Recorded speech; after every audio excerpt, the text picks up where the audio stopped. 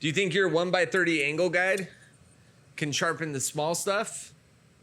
A local elder dropped off 3 super small little pocket knives in 440. No super steel, but they deserve precision nonetheless. In this video, I'll be stress testing KFMK's brand new angle guide for the 1x30 sharpening system. I'm gonna show you how easy and how quickly you can adjust for belt widths, small knives, big knives, etc. All right, let's grind. Let me start by giving you all some quick background on the KSAG-5. So it all started with the KFMK KSAG-1. This angle guide was the first sturdy angle guide with enough real estate to be able to sharpen just about any knife with confidence on a 1x30 sharpening system. It had one problem though. It required an hour of modifications, assuming you had the right tools, of course. And it was just a big headache. I approached KFMK and I asked if they'd be willing to work with the sharpening community to design a whole new model.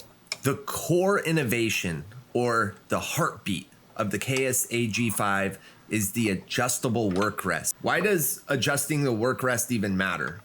Let's go ahead and take a look right now. But first, before this frame is over, you can see how easy you can access the adjustment screws. Grab yourself an M4 Allen key, loosen them up, make your adjustments to your work rest. After I've loosened the screws, I'll take a playing card and I'll insert it between the belt and the work rest. That way I have a little bit of clearance between the belt and the work rest, and then from there, I'll go ahead and tighten her up, and we're ready. And let me get back to the why behind this. We're gonna call this the nip point, or the trap effect.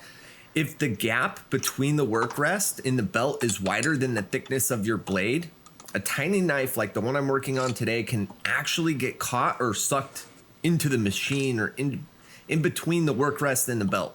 The consequences of a blade getting sucked into this, it's very scary, folks. I've had it happen to myself, and it's very dangerous. You have a blade being thrown at very high speeds towards you. You don't want to experience this. Now, before we jump into a few other subjects, let's discuss the elephant in the room. I've spent over half a year obsessed with this project and the engineering of the tool. I believe in the logic behind it. I want this tool to succeed because I want better edges, I want better repeatability, and I want absolute precision when it comes to the angles that I'm putting on my blades. Here's the Get Sharp distinction. I don't make a single penny from the sale of the KSAG-5. My bias is towards the performance, not the profit.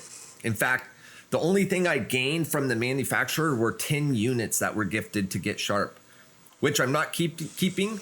Every single one of those will be gifted back to the community. In a perfect world, reviews of angle guides are going to be like a calibrated caliper.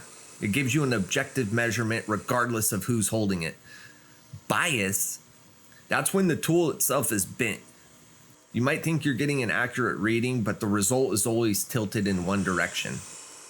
In the sharpening and tool industry, there are several different types of bias. The most common and easiest to spot, it's a direct conflict of interest. The reviewer or person making the video receives an affiliate commission, a referral fee, or directly profits for every unit sold through their video. The reviewer has an incentive to ignore flaws. If they tell you their tool has a wobbly work rest, well, guess what? They're not going to get paid. Therefore, every tool is the best they've ever used. The next category of bias that I see almost daily in our industry, this is what you call sunk cost or ego bias. This is often unintentional, but very real. If someone has spent 10 years and thousands of dollars mastering a specific system, it is physically painful for them to admit a new, better engineering choice exists. The result? They will find reasons why new innovation is over-engineered or unnecessary, simply to protect their own status as an expert in the old way. So to be truly unbiased, a reviewer or a content creator would have to have no prior experience, no skin in the game, and no preference for how a tool performs. If the reviewer doesn't care about the outcome, then guess what? They're not going to notice subtle engineering flaws. You don't want a neutral person checking your parachute, right? You want someone who is biased towards survival checking that parachute. Unbiased reviews simply do not exist. Every human with a brain has a perspective. If a reviewer tells you they are 100% objective, they're either lying to you or they don't understand the tool well enough to have an opinion yet. I've spent months of my life, hundreds of hours obsessing over the KSAG-5. When you put that much life into a project, you can't be neutral. And let's be even more real. I also have access bias. KFMK gave me early units. They gave me the insider information, so to speak, which allowed me to be the first to put out new content on a new tool. Does that help my channel? Absolutely. Being the first brings views, and it helps me build my channel. So if every review video is biased, what do? I don't have the exact answer, but I'll tell you what I do. I've got my list of content creators that I've subscribed to, that I trust. I just keep an eye on what tools they use regularly. If you see a review on a new angle guide and there's a Weaver 1x30 in that video, and then you look at some of the other videos by that content creator, well, guess what? He likes the 1x30 by Weaver. So let's talk a little bit more about the KSAG-5. You may notice there's no tape on my blade here. There is tape on the tool rest, and KFMK upgraded the work rest there to where it's non-ferrous, it's not magnetic, which, has its benefits, but also has some drawbacks.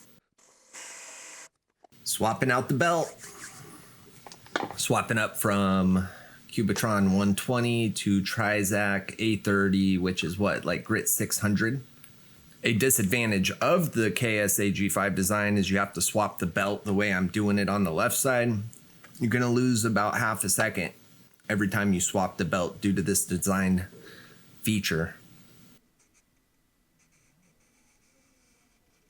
I get a lot of people asking me why I change my angle after I apex. So on the first grind, I ground at 20 degrees.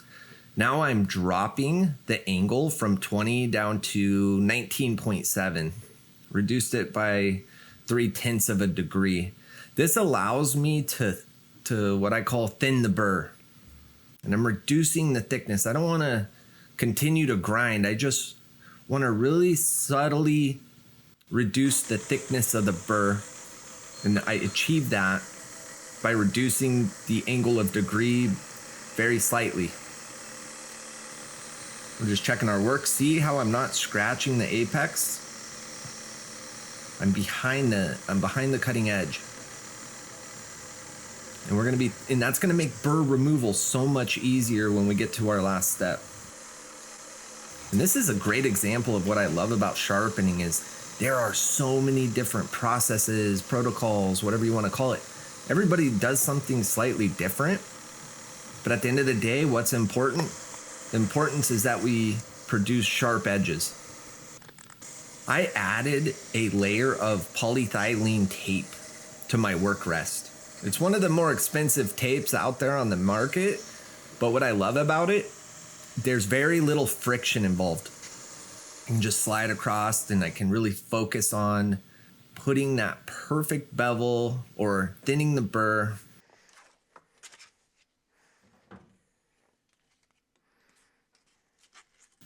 From time to time, I get questions about these white cards I use. This is for video production value. It helps me adjust the color balance. So what you're seeing at home right now, assuming your TV color settings are calibrated correctly, you can see things in the same color I see them when they're happening. And here we go with one of those little tiny blades.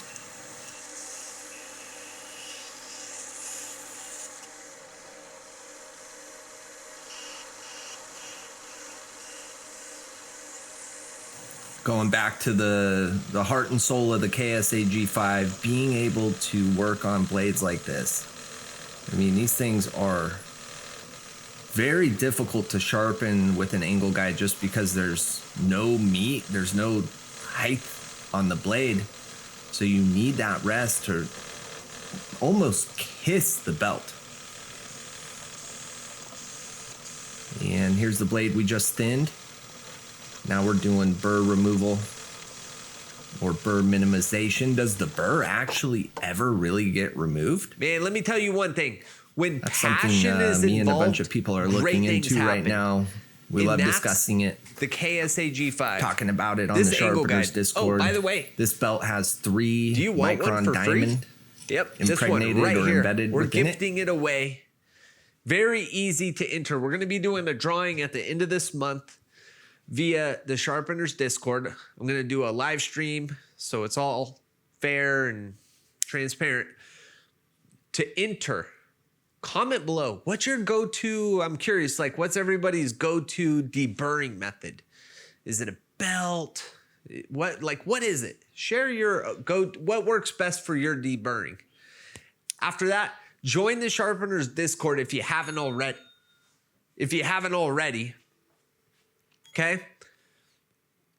Once you're in the Discord, you got to DM me. Send me a message with your YouTube username.